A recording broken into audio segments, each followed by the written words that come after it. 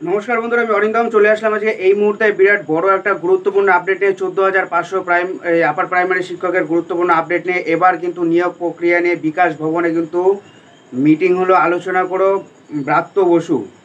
सो एटा निये आज के आलोचना करब एबं की अपडेट आछे सेटा बोलबो, जयनिंग कবে A to Z निये बोलबो, तार मध्ये तो केस हये गेछे सेटा अपडेट तोमादेर दिये दियेछि। कবে চাকরি পাচ্ছেন উচ্চ প্রাথমিকের প্রার্থীরা, বিকাশ ভবনে বৈঠক করলেন ব্রাত্য বসু। কলকাতা হাইকোর্টের নির্দেশে আপাতত চাকরিতে বাধা নেই আপার প্রাইমারি চাকরি প্রার্থীদের। গত 28 আগস্ট আপার প্রাইমারি নিয়োগের ছাড়পত্র দিয়েছে হাইকোর্ট, ফলে 14,000 পরীক্ষার্থীর চাকরি পাওয়ার সম্ভাবনা বেড়ে গেছে অনেকটাই।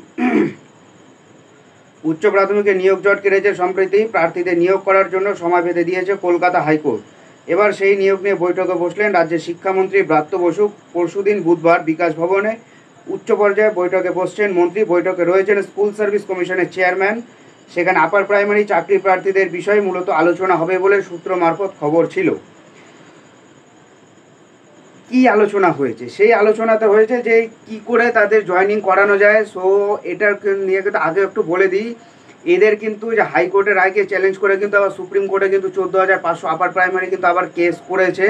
সো সেটাতে কোনো আইনি কোনো বাধা আসতে পারে কি পারে না, সেই জন্যই কিন্তু কেসটা মানে তারা আবার বৈঠক করেছে। যদি কোনো আইনি বাধা যদি না থাকে তাহলে এর মধ্যেই অর্থাৎ আর মোটামুটি 10-12 দিনের মধ্যে কিন্তু নিয়োগ দিয়ে দেওয়ার কথা, মানে সেকেন্ড ফেজ কাউন্সেলিং কমপ্লিট করে দেওয়ার কথা।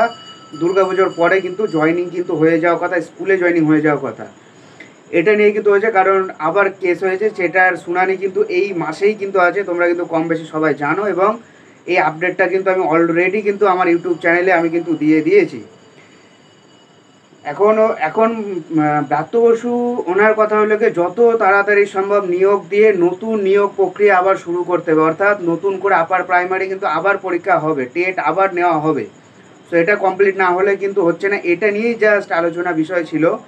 এখনও কবে হবে কি হবে সেই বিষয়ে কোনো আপডেট তো আপাতত তো নেই, কিন্তু যেটা আপডেট আছে এখনও সরকারের তরফ থেকে এটা আপডেট আছে যে খুব তাড়াতাড়ি দুর্গাপুজোর আগে টোটাল প্রসেস শেষ করে দিয়ে দুর্গাপুজোর পরে থেকে কিন্তু স্কুল জয়েনিং করানো কিন্তু শুরু করে দেবে। সো বন্ধুরা, এটাই হলো আজকেকার আপডেট। সো এরকম আপডেট পাওয়ার জন্য অবশ্যই চ্যানেলটা সাবস্ক্রাইব করে আমাদের পাশে থাকুন। দেখা হচ্ছে পরের ভিডিওতে। ভালো থাকবেন সবাই। নমস্কার, জয় হিন্দ, বন্দে মাতরম।